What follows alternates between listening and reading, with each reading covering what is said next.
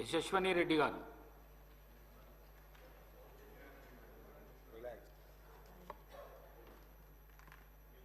ధన్యవాదాలు అధ్యక్ష. ముందుగా నాకు మాట్లాడడానికి అవకాశం ఇచ్చినందుకు మీకు ధన్యవాదాలు.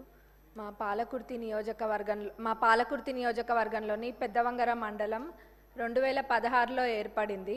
అది పేరుకి మండలం అయితే ఏర్పాటు చేసిండ్రు, కానీ అన్ని గవర్నమెంట్ ఆఫీసెస్ అన్నీ కూడా రెంటెడ్ బిల్డింగ్స్లోనే ఉన్నాయి. దీనికి ఒక దాతలు ముందుకొచ్చి స్థలం ఇవ్వడం కూడా జరిగింది. దాంట్లో ఎంఆర్ఓ ఆఫీస్ ఆల్రెడీ ప్రారంభించి 50% పనులు కూడా పూర్తయినాయి. మిగతా 50% పనులు ఏవైతే ఉన్నాయో దానికి 1 కోటి రూపాయలు అయితే ఆ బిల్డింగ్ సంపూర్ణంగా పూర్తవుతుంది. దానికి నిధులు ఇవ్వాలని సంబంధిత మంత్రివర్యులని అడుగుతున్నాం. అట్లనే అదే స్థలంలో ఎంపీడీఓ ఆఫీసు నిర్మించడానికి కూడా ప్లేస్ ఉంది, కాబట్టి దానికి కూడా శాంక్షన్ ఇవ్వాలి, ఆ నిధులు కూడా ఇవ్వాలి. అక్కడ పోలీస్ స్టేషన్కి కూడా స్థలం లేదు.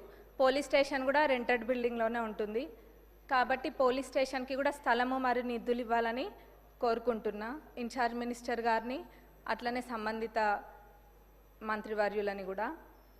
ఇంకా మా పాలకుర్తి నియోజకవర్గంలోని పాలకుర్తి మండల్లో బస్ స్టేషన్, ఆ బస్ స్టేషన్ అయితే ఎవరు పట్టించుకున్న నాదుడే లేడు ఇన్ని రోజులు. మొన్న ఒక పెద్ద యాక్సిడెంట్ జరిగింది, బస్సు లారీ 2 కూడా ఢీకొన్నాయి.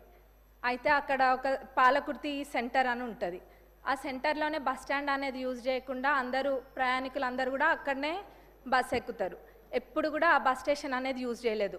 మన ప్రజాప్రభుత్వం అధికారంలోకి వచ్చినాక అక్కడికి వెళ్ళి అదంతా క్లీన్ చేయించి ఇక్కడ లేదు బస్ స్టేషన్ ఇక్కడనే వాడాలి, రోడ్ పైన ఉంటే ప్రమాదాలు జరుగుతాయని చెప్పి అక్కడ దాన్ని ఏదో అట్లా నడిపిస్తున్నాము. కానీ అక్కడ డెవలప్మెంట్ అనేది చాలా అవసరం. అది అసలు కూడా పరిస్థితి బాగాలేదు, శిథిలావస్థలో ఉన్నట్టుగా ఉంది. కానీ ఇప్పుడు ఏదో టెంపరీగా అయితే క్లీన్ చేసి పెయింటింగ్ అవన్నీ కూడా వేసిండ్రు. ఆ బస్ స్టేషన్ డెవలప్మెంట్కి నిధులు ఇవ్వాలని ట్రాన్స్పోర్ట్ మినిస్టర్ గారిని, ఇన్ఛార్జ్ మినిస్టర్ గారిని కూడా అడుగుతున్నా. అట్లనే అన్నిటికన్నా ముఖ్యంగా మా పాలకుర్తి నియోజకవర్గ ప్రజల చిరకాలపు కోరిక దేవాదుల కింద ఉన్న ఫేజ్ 3 ప్యాకేజ్ 6లోని పాలకుర్తి మరియు చెన్నూరు రిజర్వాయర్లది. దాని ద్వారా మొత్తము 77,890 ఎకరాలకి సాగునీరు అందియొచ్చు. ఇది ఎంత నిర్లక్ష్యానికి గురైందంటే గతంలో అసలు మొత్తము 20-30% పనులు కూడా 10 ఏళ్లలో ఎప్పుడు కూడా పూర్తి కాలేదు. నేను గతంలో కూడా అడిగితే మన ఇరిగేషన్ మినిస్టర్ గారు సానుకూలంగా స్పందించి రివైజ్డ్ ఎస్టిమేట్ వేపిస్తే మొత్తం ఒక 1015 కోట్ల దాకా రివైజ్డ్ ఎస్టిమేట్ కూడా వచ్చింది. వారు దేవాదులలో ప్రత్యేక శ్రద్ధ చూపిస్తున్నారు మన ఇరిగేషన్ మినిస్టర్ గారు కూడా, ఎందుకంటే తక్కువ దాంతో ఎక్కువ ఆయకట్టుకి నీళ్ళు వస్తాయని చెప్పి. ప్రభుత్వం వచ్చినాక, మన ప్రజాప్రభుత్వం అధికారంలోకి వచ్చినాక అదే చేస్తున్నారు. ఎక్కడైనా కానీ తక్కువ ఖర్చుతోటి ఎక్కువ ఆయకట్టు ఎక్కువ వస్తుందో అట్లాంటి ప్రాజెక్టుల పైన దృష్టి పెట్టడం జరిగింది.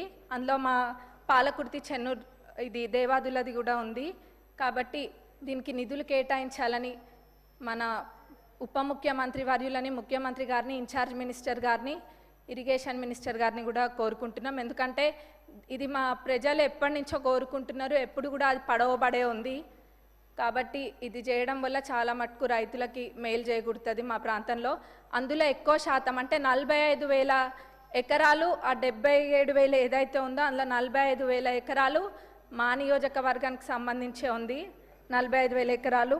అట్లనే తుంగతుర్తిలో 13,277 ఎకరాలు, స్టేషన్ గన్పూర్లో 9,378 ఎకర్స్కి, అట్లనే వర్ధన్నపేటలో 10,180 ఎకరాలకు కూడా దీని ద్వారా సాగునీరు అందుతుంది. ఇది చాలా ఇంపార్టెంట్ ప్రాజెక్ట్ కాబట్టి దీనికి నిధులు కేటాయించాలని కోరుకుంటున్నాను.